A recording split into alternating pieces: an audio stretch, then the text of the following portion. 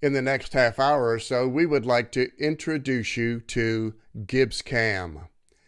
GibbsCAM is designed for shops of all sizes and skill levels. With GibbsCAM's wide range of software options and easy-to-use interface, you can run any CNC chip-making machine in your shop, from 3-axis mill to complex multi-spindle 5-axis plus machines. GibbsCAM can help you be competitive and can grow as you add machines with more complexity.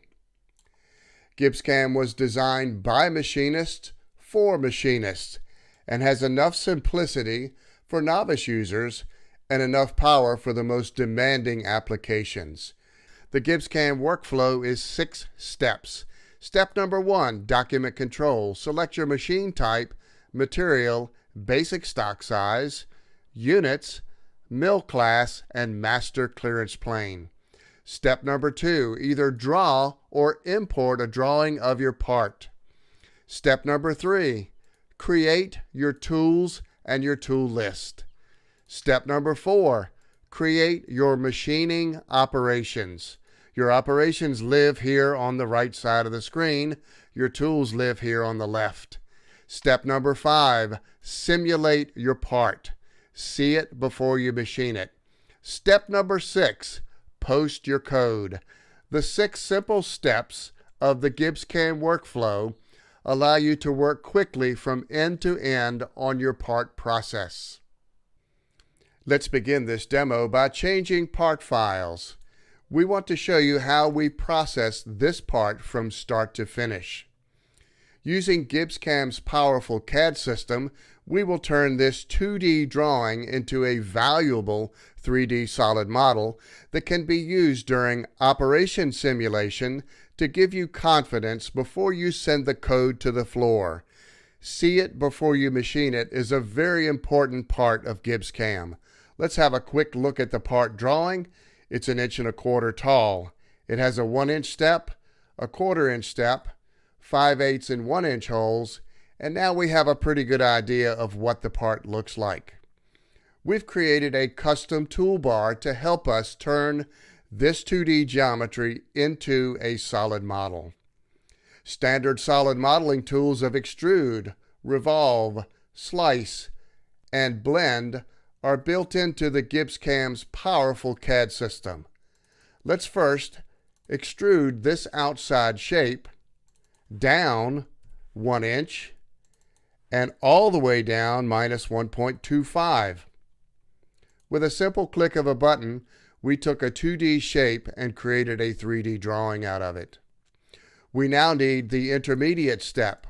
Let's flip these 2 arcs over using the reverse arc command, which is Control-T. We want to extrude this upwards of 0, downwards of, well, we forgot. Can we get the dimensions directly off of the previous workpiece? Yes, we can. Pressing the Alt key will allow us to take the dimension from the part and put it in the appropriate data field.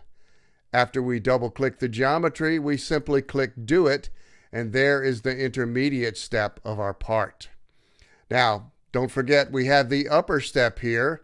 Let's flip these 2 arcs back over using Control-T and extrude it downwards of 1/4 inch, -0.25. We are going to also extrude it upwards just a little bit so that we have a handle to grab a hold of when we go to perform the subtraction operation, which is next.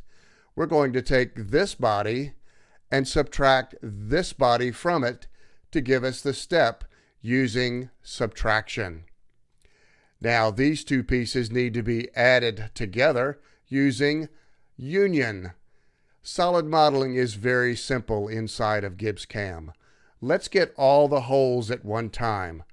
Upwards of 0.1, downwards of something greater. Let's find all the holes. Click with your Control key.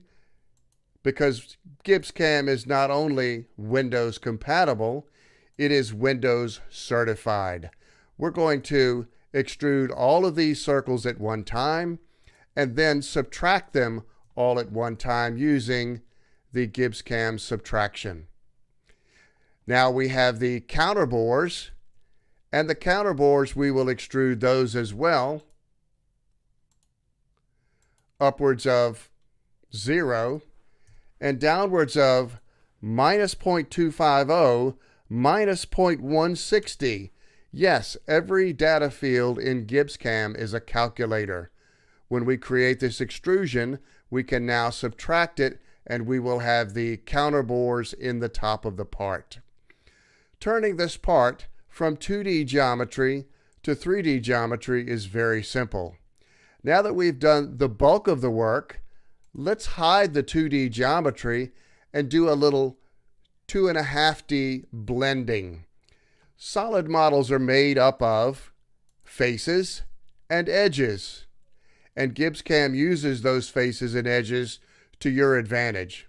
Here we have two 1/32 of an inch chamfers on the outside of the part.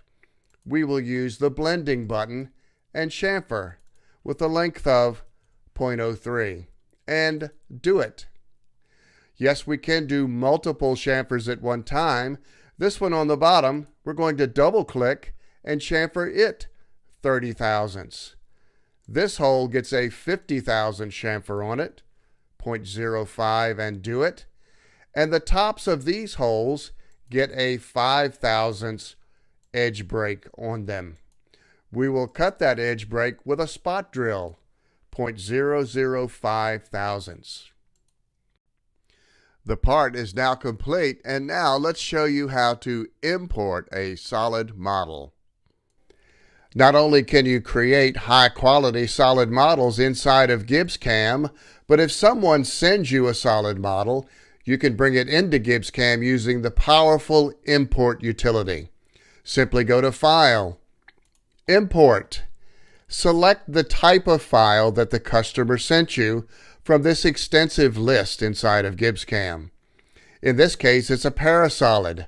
Let's select the parasolid and open. Once the model comes in, you'll see that it is part of an assembly that came from outside of GibbsCAM, and it is not aligned to the machine axis because of its place in the assembly. It's a simple matter and only requires a few clicks to align this part to the machine axis. We're going to use face and edge selection again. We'll select this top face, which is central to the part, right-click, align face to CS. Most of the rotation axes have been aligned to the coordinate system of the machine, but we have our third rotation axis that needs a little bit of work. Let's select this horizontal edge and align it to the horizontal axis of the machine, which is X. We click the edge, right-click the edge, align edge to coordinate system horizontal, and now you can see that all of the rotation solutions are done. We now only need to move the Z top of the part down to Z0. We will do that using the Absolute Translate menu. This gives us an opportunity to look at the Absolute Translate menu and to see how simple GibbsCAM menus are. Simple, precise, and to the point. We want to move the model from here down to 0. With a minimum of operator input, we can find this information directly off of the solid model by double-clicking in the Z from position. Press your Alt key down and click the top edge of the part. We want this part to go from Z.25 down to Z0. Simply click on the part and select Do It. Our part is now fully aligned and ready for the next step in GibbsCAM. It's time to start machining this part from scratch. Let's open a part file that has no machining in it, just the part and the vise. No machining, no tools. To begin with, we will go through the GibbsCAM workflow step by step. Document control is already complete. Geometry is already complete. It's now time to go directly to step number 3. Let's create a tool, the face mill. Double-click in an empty tool slot, select face mill. This is a 2-inch face mill. The bottom radius is 0.0156. The lead-in angle of the face mill is 45. The shank is 0.875. The cutting height of the insert, 0.22. The total height of the insert, 0.625. Number of flutes equals 5. Length out of holder, 0.625. Let's change this to a mill holder and carbide insert coated. By the way, this is a Sandvik 245 face mill. It is ready to use. The next step, step 4 in GibbsCAM, is to create the machining operations. Drag the tool into the process list and select roughing.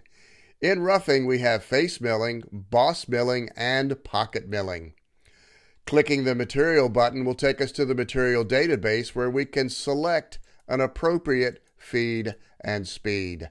We simply click Calc RPM and Calc Feed, and we're done. Cut width is 70% of the cutter. 2 times 0.7 equals.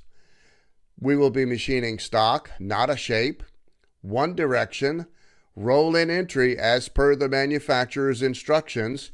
Start corner will be X plus, Y minus. That way we don't throw the chips at the operator or the plexiglass door. First cut will be in the X minus direction. The Z start of this toolpath is 0.025, and the Z ending point of this toolpath will be Z0. The XY clearance on either side of the part will be set to 1/2 of an inch. Now we simply click Do It, and we have our facing toolpath. Let's create our next roughing toolpath, and let's make an end mill to go with it. A rough end mill, 1/2 inch in diameter, with a small corner radius that makes the end mill last quite a bit longer. Flute length, 1.5. Total length of the end mill, 3 inches. Number of flutes, 6. Length out of holder, 1.6. Down here, carbide solid. And let's go with a shrink fit holder. This cutter is now ready to use. We will drag it into the process list and select volume mill. Volume mill is the premier roughing operation in the world today. The technology expert allows you to quickly set the feeds and speeds for this high-speed machining process, which will cut your parts twice as fast with 4 times better tool life. All you have to do is select your material, your hardness, your machine taper, your max spindle RPM, your max feed rate, toolpath type is volume mill, tool holder, shrink fit, tool coating is coated. The RPM, the feed rate, the depth of cut, and the width of cut have automatically been calculated by GibbsCAM and volume mill. We only need to select Apply All. Then let's check our XY stock, leave it at +20. Use stock material only to eliminate air cutting. The top of the toolpath is 0 in the Z-axis, and the bottom of the toolpath is -1.280. The part height, remember, is 1/250, and we want to go just below that. Plunge type is do not plunge. Helix would be used if we were machining a pocket. Now, we simply click on the part and do it. The process manager is running, and we will have a toolpath very quickly. We have now roughed out the bottom of the part. We now have an intermediate step here at the 1 inch. In volume mill, it's important to note that we start from the bottom up rather than old school milling from the top down, because in volume mill we can use 2 times the diameter depth rather than the traditional 1/2 of the diameter depth. Let's get the depth of this step, which we may not remember. Let's have it populate this data field automatically with an Alt click, and you can see it's -1. We don't need to change any other parameters other than clicking Do It, and we will have a toolpath on the intermediate step. The next step is the upper step, and again, we may not remember, but let's let GibbsCAM do that for us. Minus 0.25 and do it. The part is now fully roughed out. Let's move forward now, and we have no more tools, but we have some saved processes. A saved process allows you to create a tool and a machining process, along with the feed, speed, depth of cut, and other cutting parameters. Then, once we import that, the tool and the process are ready to use. We'll go to the Feature menu, Hole Manager, Run AFR, and Auto Group. The holes have now been highlighted, and we can click here and here to drill our 5/8 holes. Remember, this hole making process includes automatic functions that will detect the top and bottom of the hole. Let's do the same with the 1-inch drill. Right-click in the process list, load process, and let's grab the 1-inch drill. Open, and again, when you import it, it senses where the top and bottom of the hole are automatically because we are using the automated drilling functions. We now have all 3 holes in the top of the part drilled. Let's finish the outside of the part with an end mill now. We don't have a finishing end mill, and we don't have a finishing process. Let's right-click the process list and select Superflange Contour Finish. In Superflange Contour Finish, the RPM, feed rate, and the tool are all connected together. We only need to turn on the profiler. The profiler automatically extracts geometry for you so that you do not have to do it. The profiler is settable for depth by right-click, and you can automatically set the profiler depth, or you can manually drag it into place. All we have to do is click on the geometry that was highlighted by the profiler and do it. And we now have a finish pass around the outside of the part. We need to finish the intermediate step on the part, and yes, we will use the same process and simply raise the profiler up until we get the intermediate step geometry. We need to change the Z depth of this process. When we double-click it, double-click here, and alt-click this surface, that surface automatically jumps in the Z bottom of the toolpath data field, and all we have to do is click Do It. We will do the same for the 2 bosses on the top of the part. Drag the profiler onto the bosses, click the highlighted boss geometry, double-click here, and alt-click the top of the surface. When we click Do It, you will see we created 2 tool paths at one time, but we have the wrong dimension. Let's fix that by alt-clicking here again. If you make a misclick, you can fix it very quickly and hit the redo button, and your toolpath is now done. We have roughed out, drilled the 3 holes, finished the bottom, intermediate, and top steps. Now let's do a little bit of chamfering here, here, and here. The chamfering processes, along with the chamfering tool, are already in the process demo process folder. Bottom deburr has the final depth for the bottom deburr. When we import it, up comes the tool, up comes the process with the right dimensions. All we have to do is drag the profiler down into the bottom of the part where it will highlight the geometry. We click on the geometry and create the first deburring process. It's time for the second deburring process, which has a different height and a different width. We save that one as well.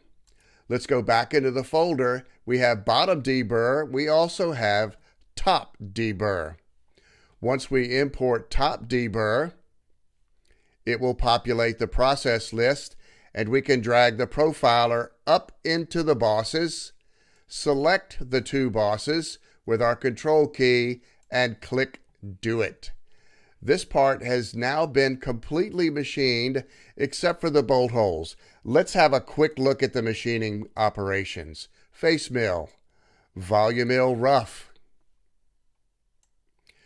the first step, volume mill rough, the intermediate step, and the top step. The drilling and the chamfering are now complete.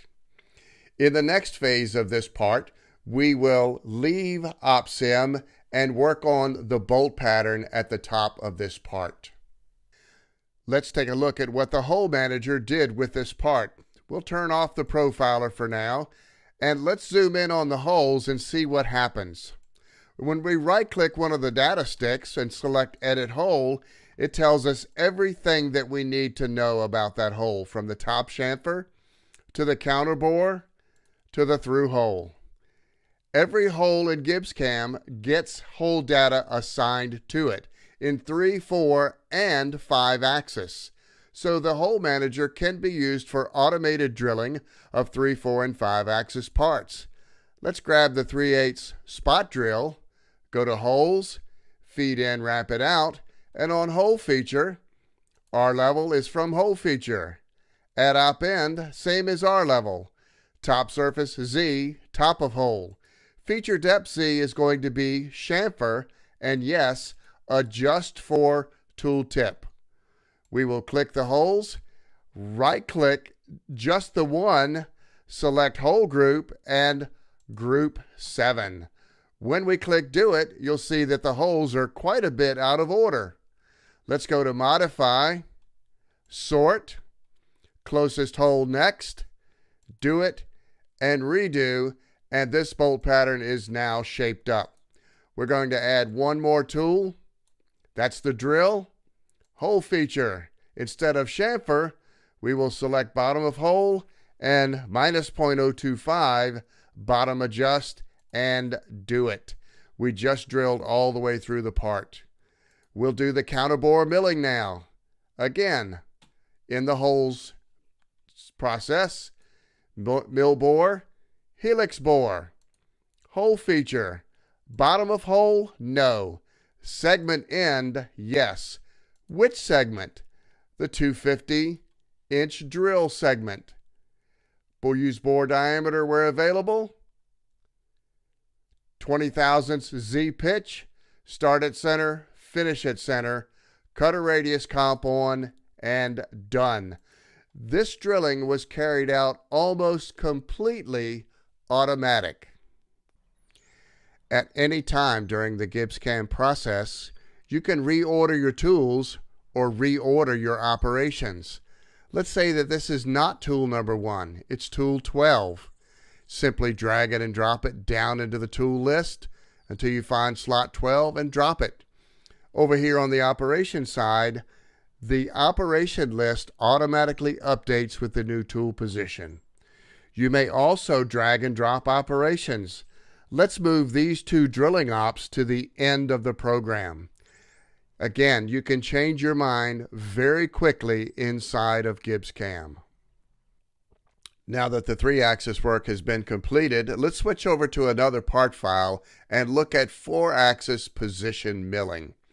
In 4-axis position milling, we aligned the part exactly like we did in 3-axis, except we now have the part on its side. Here we will grab the 3/8 spot drill, and you will see how simple it is to program a part in GibbsCAM in 4-axis. Here it's a drilling cycle, feed in, wrap it out. Hole feature, we will set feature depth Z to chamfer, and yes, adjust for tool tip. There's something new here. Machining coordinate system will be from each hole feature. That way we do not have to create a coordinate system for each hole. GibbsCAM does it for us automatically. We simply select the holes in the order that we want them drilled and click Do It. Let's take a quick look at this toolpath before we build another. Here we are on the 4th axis platter. And let's watch this toolpath run. Drill, drill, drill, drill. Now, let's create the other 2 operations on the outside of this part. One will be a drilling operation. The other will be a helix mill bore operation. Let's grab the tool for the through hole, set our PEX cycle to chip break, and on hole feature, we'll only change bottom of hole and add a little bit of extra depth to the hole by adding a minus 0.025. We don't want any surprises and any material left in the bottom of the hole. We click Do It, and we now have our drilling operation automatically around the 4th axis. The last operation here in 4-axis position milling is a milling operation with this 3/16 end mill. It will be a mill bore, helix bore. The hole feature, we will change bottom of hole to segment end. And the end of the segment is the end of the 250 bore with no bottom hole adjust. Let's check our bore parameters. Use circle diameter available will cause the end mill to cut the right diameter. The Z pitch will set the Z pitch per revolution as it moves down in the Z axis. Start at center, finish at center, cutter radius compensation on, and do it. We now have all of the tool paths for this 4-axis positioning part. Let's slow the replay down just a little bit and go. Spot drill, PEX drill, and helix bore. At all times during simulation where you have the holder and the fixture and the part shown, GibbsCAM is checking for collisions and will alert you right away so that you do not send your mistakes down to the floor. Now that we have completed the part in 4-axis positioning, let's start to examine what GibbsCAM does with 3-axis, 4-axis, and 5-axis surfacing. Now that we've had a look at 4-axis position milling, let's open another part file and see what 3D SolidSurfacer is all about. In GibbsCAM, SolidSurfacer is used when you have an irregular surface that cannot be cut with a flat end mill and must be cut with a ball or other type circular cutter. We have several different 3D SolidSurfacer strategies laid out for you, and let's explore them to see what we have. Surface flow cut is perfect for a number of different types of surfaces, and in particular this one, a circular surface. There are multiple strategies inside of SolidSurfacer: lace cut, two-curve flow, surface flow cut, intersections, edges, faces, auto. In this particular toolpath, we will apply surface flow cut to this part with a step over set by us, either with step over or with ridge height. You can select either one of these and the other will be driven by it. Finish, spiral, cut along long edge. And all we have to do is click the surface and press the Do It button, and we have our spiral toolpath. Let's have a look at this spiral toolpath, just this first one. Rewind and play. Here we go, SolidSurfacer with surface flow cut. We also did a surface flow cut in operation number 2 on the other side of the part. So let's skip to operation number 3 and talk about lace cutting. Lace cutting, look down at your shoes and see how they are laced. In lace cutting, we have a number of different strategies that we can use to cut the part. Under options, we will select one finish pass on all surfaces. And on toolpath, we are using line segments. The surface will start above the part and cut below the part by half the radius of the cutter. Since that's 3/32, I went to minus 0.1. And this is a back and forth strategy. Let's have a look at this lace cut on this part. And here we go. There is our lace cut, and it does skip over the center parts of the cavity. Moving on to the advanced SolidSurfacer, there are more features available to us in the lace cut category, such as raster, radial, or spiral shape toolpaths, and on the Options tab, we can add fillets to soften the machine movement between lace cut stepovers. We also have control over the entries and exits on this part by selecting entry and exit styles of axial, vertical, horizontal, or both. And the boundaries can be of different strategies as well. We're going to use a silhouette boundary, which is the shape of the part. And stock type is solid, and that is the solid that we have in the body bag. Let's have a look at this toolpath in Advanced SolidSurfacer. On this particular toolpath, you'll see that it completely avoids the cavity in the middle of this part, and we have these nice swoopy lead ends to make entry and exit much smoother on this particular part. This was the Advanced SolidSurfacer Lace Cut. The next strategy that we'll explore in the Advanced SolidSurfacer is Constant Step-Over Cut. It's very similar to Surface Flow Cut. In the Advanced 3D SolidSurfacer, we have many more different types of cutting strategies. In this case, we're going to select the surface and a simple constant step over. Again, we can use either the step over or the scallop height to develop this toolpath. Now this toolpath, we're going to step it up a little bit in operation number 6 by using another strategy called curve projection, and it gives us an even more simple toolpath. Curve projection, we get to draw a curve and then select the surface, and when you select the surface and the projection curve, this projection curve will guide the tool around the surface. If we made this projection curve square, it would put a square toolpath around the surface. And again, under Options, we have fillets if we need them for spiral, entry exits, the same, and of course our boundary is silhouette, and stock type in this case is none. Let's go to OpSim and watch operation number 6. Look at the beautiful swoopy lead ends that do not leave a witness mark on the part when we are cutting with this 3D strategy. And as you can see, we can start on the inside and work out, or we can work on the outside and work in. Here we have our circular strategy. Let's rewind that and slow it down just a little bit.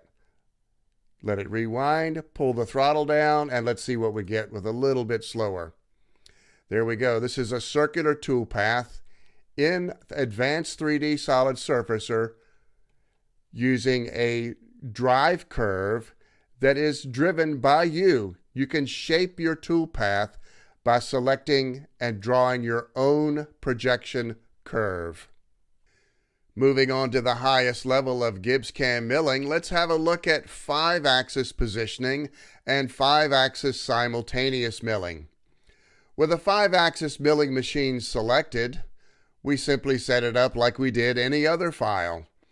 And here, as we did before in the previous exercises on the 4-axis machine, 4-axis and 5-axis positioning is very, very simple with the addition of the hole manager and automatic feature recognition. Automatic feature recognition automatically creates the proper coordinate systems for 4 and 5-axis position milling. We simply click the features as normal, press do it, and we have our tool paths. We have our drilling tool paths and our milling tool paths. Now let's have a look at the 5-axis module and look at some simultaneous milling. Here we have 2 curved surfaces on the top of the part that we machined earlier in this demo on a 3-axis machine. On the 5-axis machine, we will use the multi-axis package, which gives us tremendous power in programming these complex machines, and also expands your repertoire to many different types of toolpaths. including cavity tilt curves, cylinder head machining, electrode machining, impeller and turbo machinery. In this exercise, we are going to machine the top of this part using both 4-axis and 5-axis simultaneous. Each of these tabs must be mastered in the multi-axis package, but will bring you great strength in your programming for your shop. Here we will select surfaces and parallel to curve. We select our edge curve to cut parallel to. We select our drive surface, which is the top of the part. Here we set drive surface's clearance, which is how much stock. We want a spiral tool path with a ridge height of 1/10,000th of an inch. In this case, tool axis control will be 5-axis with a tilt angle of 8 degrees because the end mill doesn't do any work at the center of the cutter. No matter how many million RPM you spin a ball end mill, the center of the ball end mill is still moving at 0 surface feet per minute. So we will use a first sweet spot angle of 8 degrees side tilt. No gouge check is required. In link, we will set our approaches, and that's it. And when we click do it, we have a tool path very quickly in 5-axis simultaneous. We can also do 4-axis simultaneous in exactly the same way. The same parameters are checked here on the Surface Paths tab, but under Tool Axis Control, we will choke it down to 4-axis with a tilt angle of 8 degrees. When you see this run, you will understand the difference between 4 and 5-axis. Here, let's have a look at OpSim and watch the tools cut the part. Tools cutting around the outside of the part, and this is very nice, and it does show us quite a bit about the part, but let's expand this demonstration one notch higher by going to Machine Simulation. Easy programming of 5-axis machines includes the GibbsCAM 5-axis and 4-axis and 3-axis machine simulation. Here in Machine Simulation, you get to see the whole machine and all of its axes working at the same time. Collision checking is always on and is looking for collisions between the machine, the fixtures, the components, the holders, and the parts. In 5-axis, you get a real picture of what is going on inside your machine with Machine Sim. Without Machine Sim on a 5-axis machine, you're just guessing at what is going on inside. As soon as we get to operation number 13, you will see the difference between 5-axis surfacing and 4-axis surfacing. Here in 5-axis, there is quite a bit of rotary movement while we're cutting this part. And if we want to switch to 4-axis and see a different type of movement, let's let this toolpath develop a little bit further while zooming in. And we can see the 5-axis machine maintaining the 8-degree tilt angle so that the cutter is actually doing some work. That's a lot of movement. Let's choke it down to 4-axis in the next operation.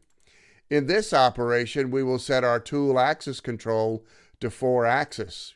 In Machine Sim, we will go back and we will skip ops 1 through 13 by clicking the Skip Unselected Ops button.